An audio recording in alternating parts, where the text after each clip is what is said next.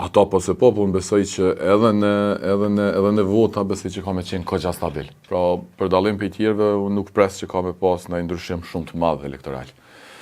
Ajo që është për mua e pa diskutueshme, Albini bëhet prap kryeministër, çështja është a bëhet a bëhet me PDK-n, a bëhet me LDK-n.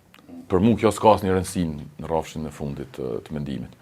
E di që dikush mendon që ka me pas balans, po unë i det i thash dikuj Albini ka qenë gjys për gjys me vota me LDK-n dhe e ka prish koalicionin dhe ka dëmtuar bashkëpunime dhe ka qenë dhe më keq. Prandaj nuk e shoh jetike përqindjet e vogla të mëdha në këto zgjedhje. Në këtë drejtim unë mendoj që opozita ka lexim krejt tjetër.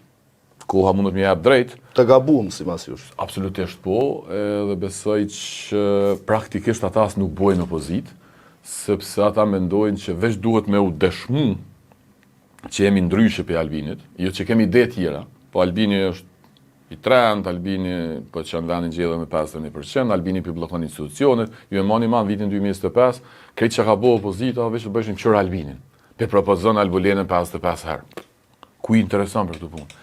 Sepse bindja jo në thelbë është që njerëz votojnë për ide, edhe kur jenë gabume.